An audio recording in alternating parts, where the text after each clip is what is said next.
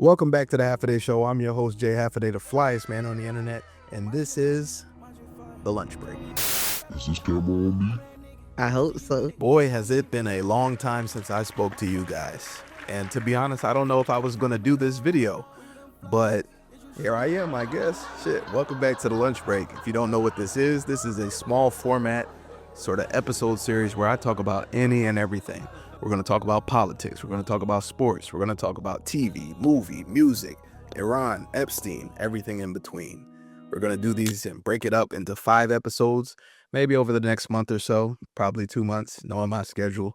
But they're short episodes that you can digest on your lunch break. I make them on my lunch break. And for to be honest, like, I'm not actually on a lunch break right now. I'm taking a break from moving.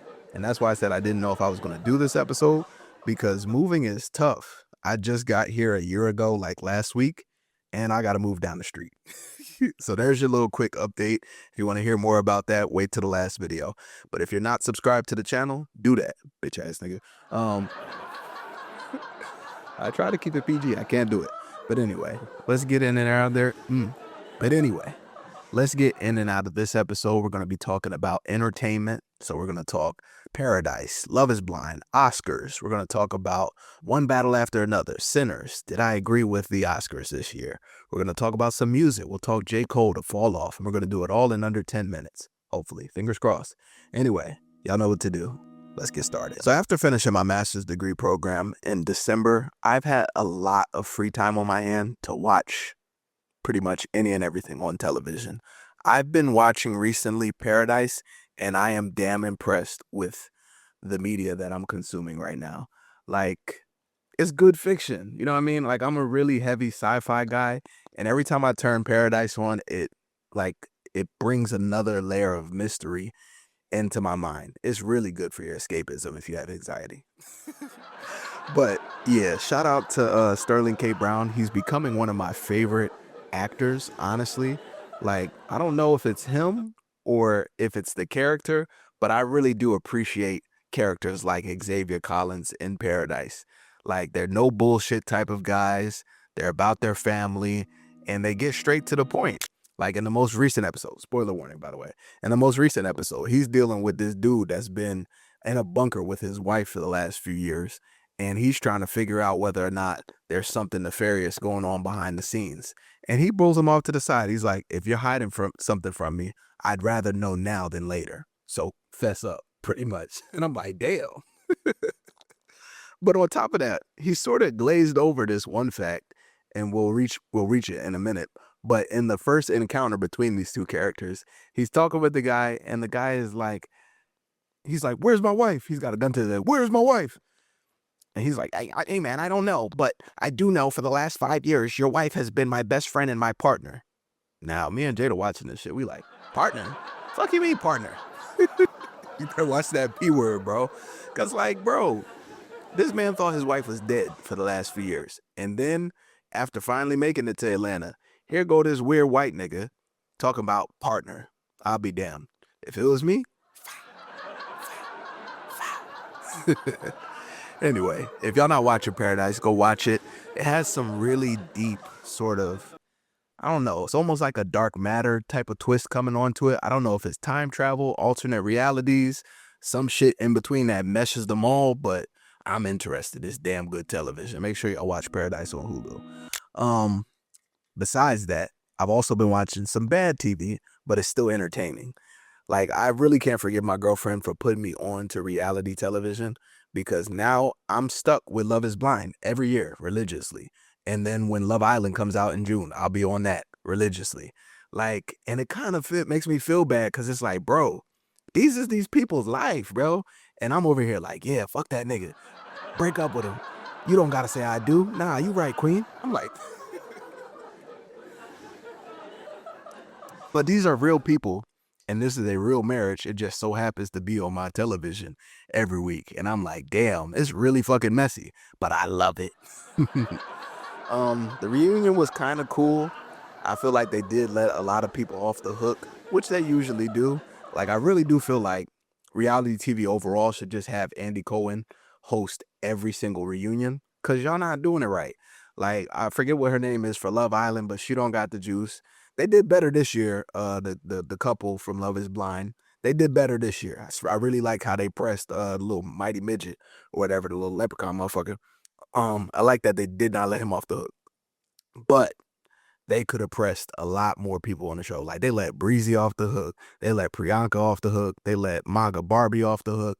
I'm like, ask the damn questions. And why the fuck was y'all hiding all their political sort of positions on this show? I feel like that's the number one thing right now when it comes to dating. If you a MAGA Republican, I can't fuck with you. No.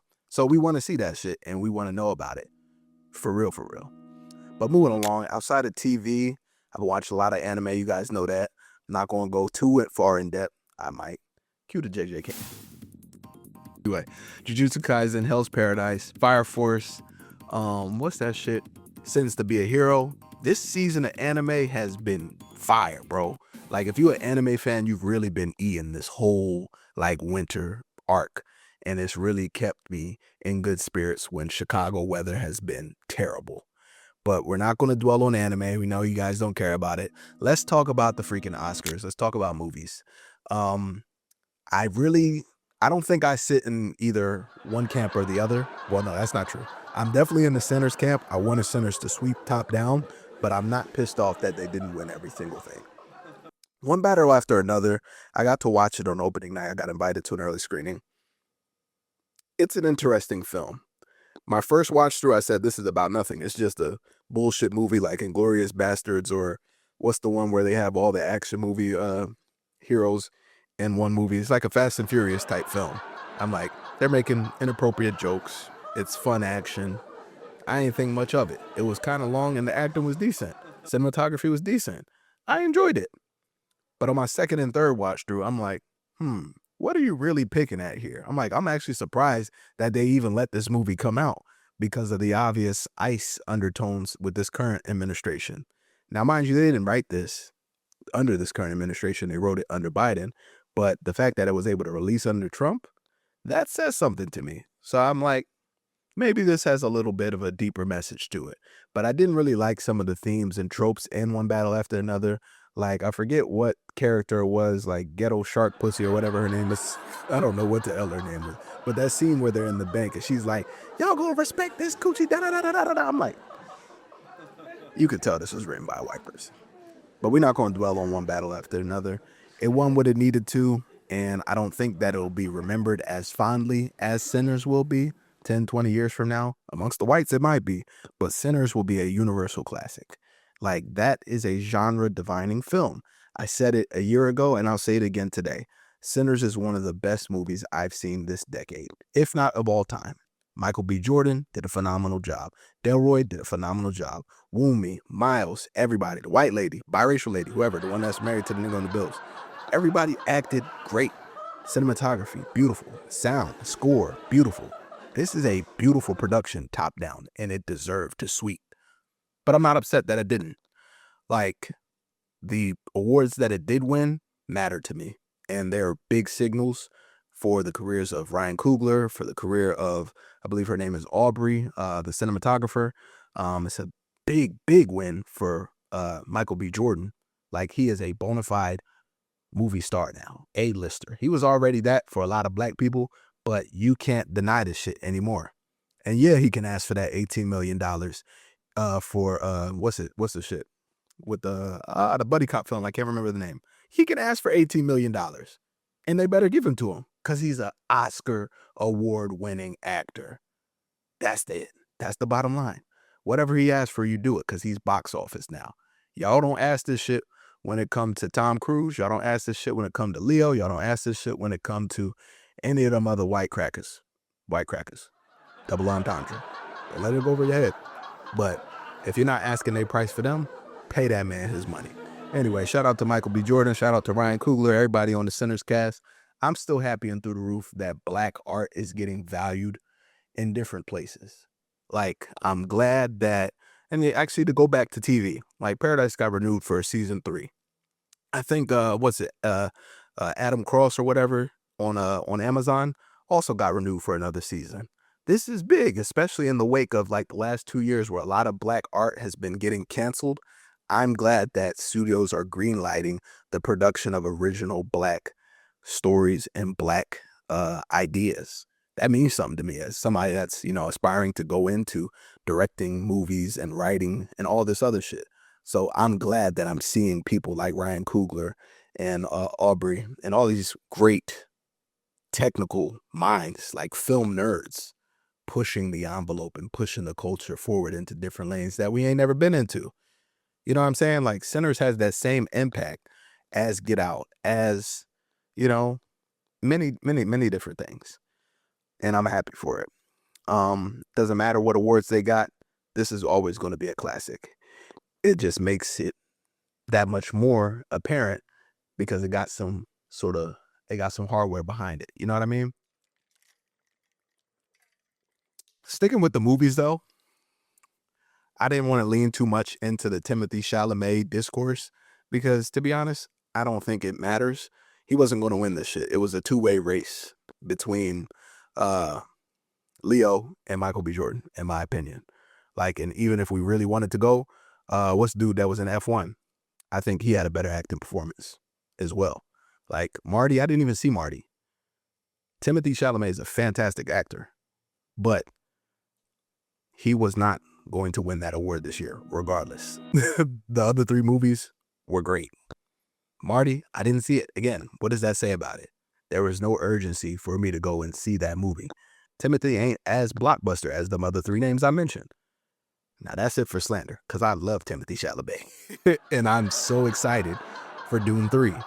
That might be my most anticipated movie of the year. Like, if you know me, like, I actually go back and rewatch that scene at the end where he's like, silence! And the witch is like, abomination! That nigga was in his bag. He got up in the middle of them people in that Klan rally and told them niggas, y'all can't fuck with me. I know y'all dreams. Bitch ass niggas, y'all gonna follow me or what? Put your hand up in the air. And did. Lisana Khalib. But yeah, Doom 3 is gonna be fire. Avengers Doomsday? I think it'll be good, but I'm nervous. I'm not gonna lie.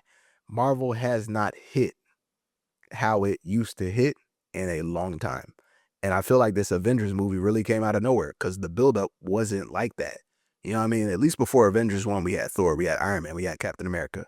And at least before Endgame, we had a bunch of new IP. Like they brought Spider-Man out, they brought Black Panther out, they brought Shang-Chi, like everything. They brought new stories out for this one, but they're not memorable. You know what I mean? The last Thor was ass. Ironheart, the TV shows, they're decent. But I'm like, there wasn't nothing that really pushed that envelope to say, damn, I know for a fact Doomsday is going to be fire. It's probably going to be fire, but we don't know. Especially, you know what fucked it up? When Suits got canceled. Not the show. I'm talking about civil rights icon Jonathan Majors. When he got canceled, it threw the whole trajectory off of the multiverse, the MCU, everything. Like, they was really trying to build off him as the next big bad. And they said he beat that white woman up. Allegedly. I'm not going to speak on that. That's not the video. And now he don't got a career. He's fucking doing Tubi movies and he's acting on The Daily Show. Whatever that fucking means, do what you got to do, man. I hope we can learn to forgive him and he can go back because he's a phenomenal actor. But yeah, keep your hands to yourself, fellas. Lastly, on movies, Odyssey. Do I have to speak any further on that? Do I? The thing I'm most excited about the Odyssey is the score. Hans Zimmer. Come on. Like, if you really, really know me, I have a movie playlist just for the soundtracks.